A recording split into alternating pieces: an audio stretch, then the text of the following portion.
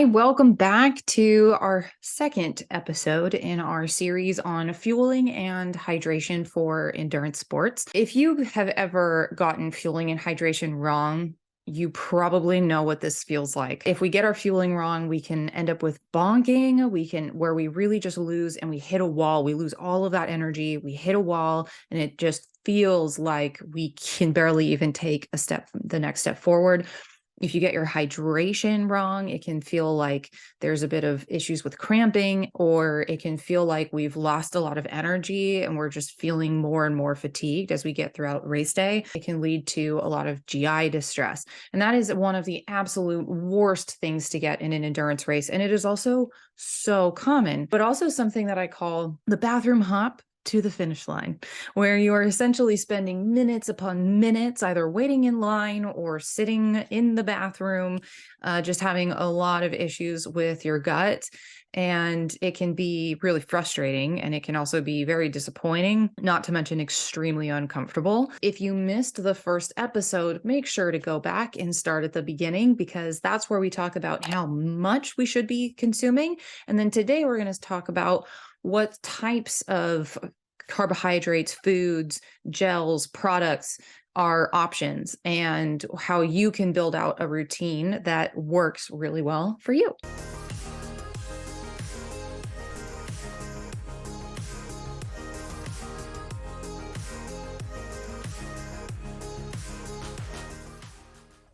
I'm Dr. Kirsten Lawrenson. I'm a fitness enthusiast and a functional medicine practitioner, as well as a mindset coach for athletes. It's really about the whole athlete, right? The whole entire body, how it all functions, how all the systems work together.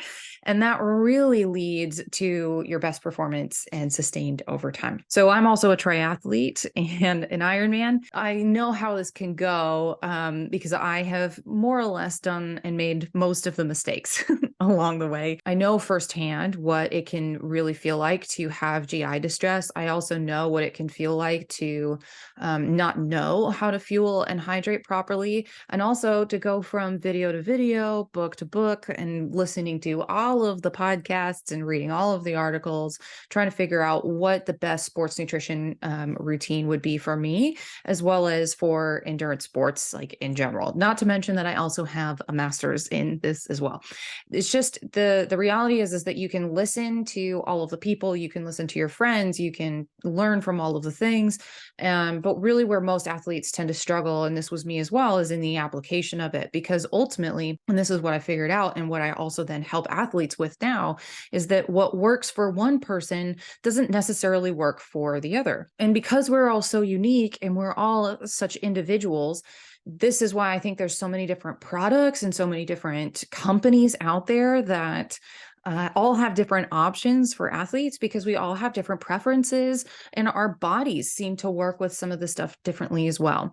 So today in this episode, we're going to talk about the difference between whole foods and gels, as well as we're also going to scratch the surface on liquid hydration too, and really where we can start, what do we need to consider, and then also where do athletes often go wrong, and then how can you learn more? So let's dive in. So when we're trying to figure out what types of fuel sources we should be looking at, there's technically more or less three different options that you can mix and match. So it starts with whole foods, then we have gels, and then we also have liquid fuels.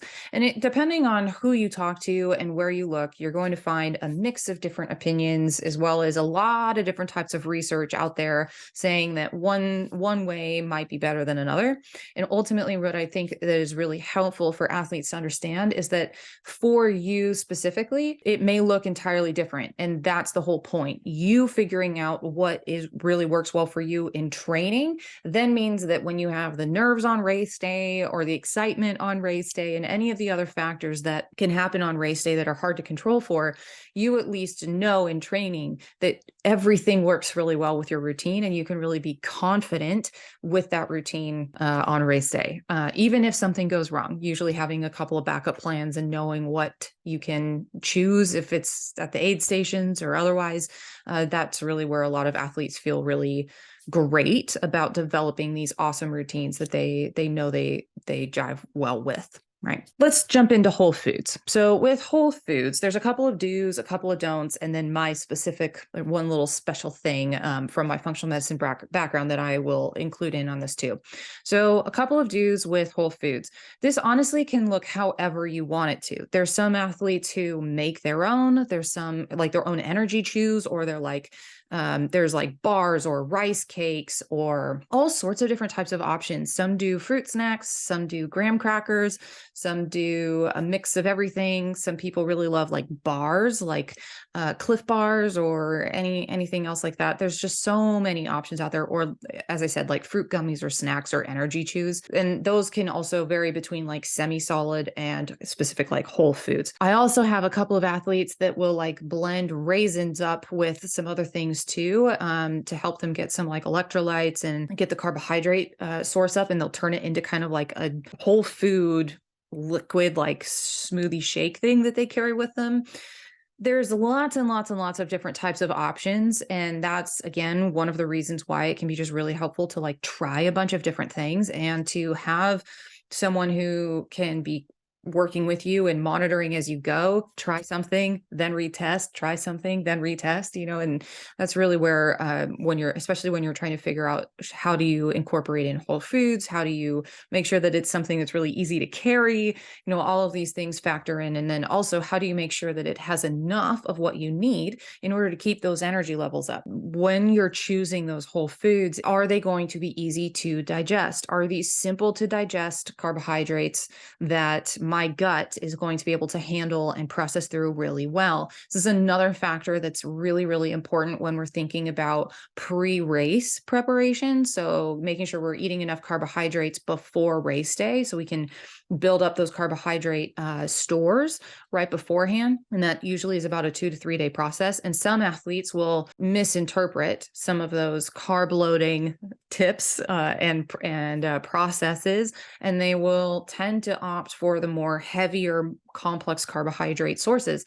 The issue with that is that it can make it really, really difficult for the gut to digest. And especially if we've got a lot of fiber in the GI tract, that's one of the reasons why people can end up with GI distress, the runner's trots, any other name you want to call it. What I have my athletes do is, especially leading up to the race day, and we're going to cover that in another episode. So make sure to subscribe if you're interested in catching that and really learning how to put together a carb loading preparation that really works well for you and keeps your energy up through to the end of the race. Also, though, we want to make sure that we're opting for some of those more simple carbohydrates, because it'll be a lot easier for your gut to handle and quickly absorb and digest. The only issue with that some athletes have is that when we are erring a little bit higher on the simple carbohydrate side, that can mean that we have the potential for a higher amount of sugar floating through your system. For some athletes, they don't really like this. Some of them, they don't mind.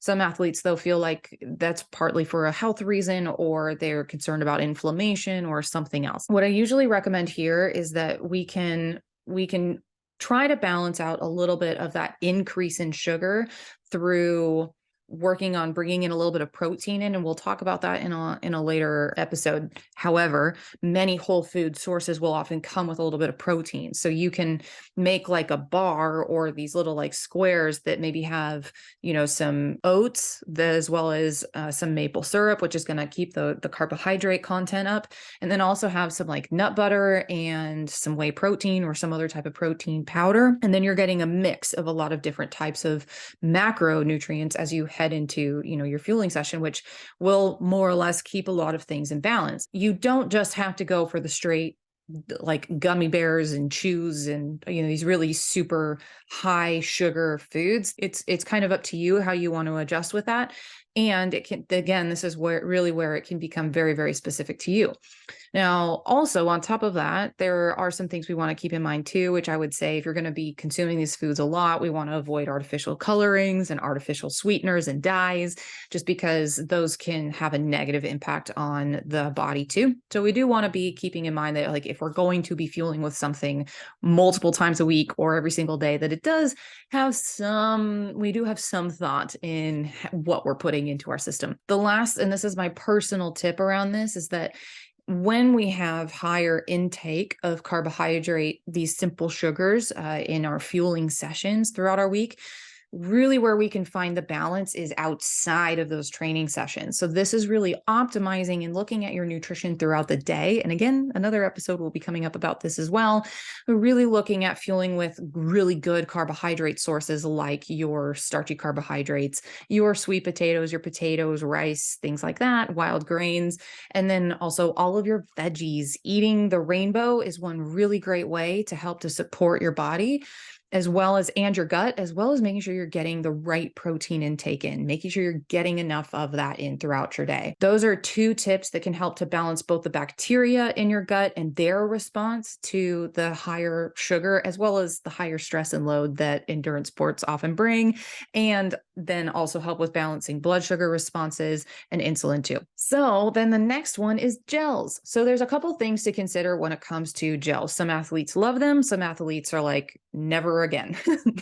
So there's 2-ish kind of categories of where gels can be really awesome and where gels might be something that you may want to limit or avoid. I have some athletes who do a lot of whole foods throughout the bike session of a triathlon, and then they switch over to gels on the run because they're just easier to manage and carry if they have to. Gels, though, are something that you want to be careful of in the sense that they just dump a lot of carbohydrate into your gut, which in many cases can slow down how your stomach empties and end up leading to you pulling a lot of the water that's in your body into your gut, into your stomach, and making it really difficult to get that carbohydrate into the small intestine. This can be really what causes that upset, that bad feeling in the GI tract. So first off, that can just be what a gel can do, no matter what type of sugar source it is. Now, whether it's maltodextrin or other types, those are just some things to keep in mind. Maltodextrin also has a tendency to be a little bit more inflammatory on the GI tract as well. So if you are someone that has GI symptoms or has signs of inflammation systemically around the body, those might be some things you want to keep in mind if those pop up in your fuel sources a lot. Lastly, on all of that is that some gel sources out there also have multiple different types of sugars in them too, which is great because of absorption rates. If you have only one type of sugar, then you have a limit for how much the body can absorb per minute. If you add 2 different types, this is where you can sometimes get above that absorption rate. And some athletes really like this because it allows them to get that 60 to 75 grams of carbohydrate per hour, which makes them feel really good throughout the rest of their race. And it helps them keep their energy up. What about liquid fuels? So liquid fuel sources can be really great, especially for athletes that want to keep things really light on the bike, or if you're somebody that just goes out for a run and you'd like to carry something in like your backpack or like a hydration pack, or if you're just carrying it in a water bottle. These can work really well for some athletes. There's some things to keep in mind, like again, it might dump a little too much carbohydrate into your gut, and that can then lead to you having some GI related symptoms or leading to a little bit of dehydration because the absorption rate of all of it isn't quite right. And we'll talk about that as well in a different episode from the hydration perspective. Other than that, though, liquid fuels can be really great, as I mentioned, because of the weight issues. You can usually carry like 1 or 2 bottles, and that's really all you're going to need. And it can help a lot of athletes feel like they're getting in enough through that as well. I know one of my my coaches, he would just basically make a sugar water bottle. And then I have another athlete that uses another product that's a powder form, and it just gets a lot of carbohydrates and a lot of calories. And again, there's lots and lots and lots of different options there. We just need to be aware of how those fuel sources are coming in. And if you do well with that, then great. So you can go ahead and test it out and see how you do. But if you notice that your gut just doesn't feel very well afterwards, or if you notice that there are some issues with hydration, feeling hydrated, or energy issues as well, these are all things that could be partially impacted by the types of carbohydrate sources that we're, including the liquid drinks and things like that. So just some things to think about, some do's, some don'ts, some mistakes that some athletes make, and some things to consider that a lot of athletes usually miss. In the next episode, we're going to talk about the gut. We're going to cover what all endurance athletes need to be aware of, and that is called leaky gut or intestinal permeability. So most endurance athletes will have this at some point. And so it's something that you really want to keep in mind because of how the gut interacts with your blood and oxygen, and how your body will take that, especially when you're training or when you are on race day. If you're doing these long sessions or long races, the gut loses oxygen and blood, doesn't get as much of it coming to it. So there's some stress that happens to the gut. And we're going to talk about that in the next episode. So make sure to subscribe and stay tuned for that. The other thing is that I'm also on a mission to help athletes achieve the performance of their dreams. And that means that I need to get this information out to as many athletes as possible. And you know what really helps is if you could share this with a friend or two and out on social media if you found it helpful or informative and would like to send this on to someone else. So thank you so much for listening, and I will see you next time. Take care.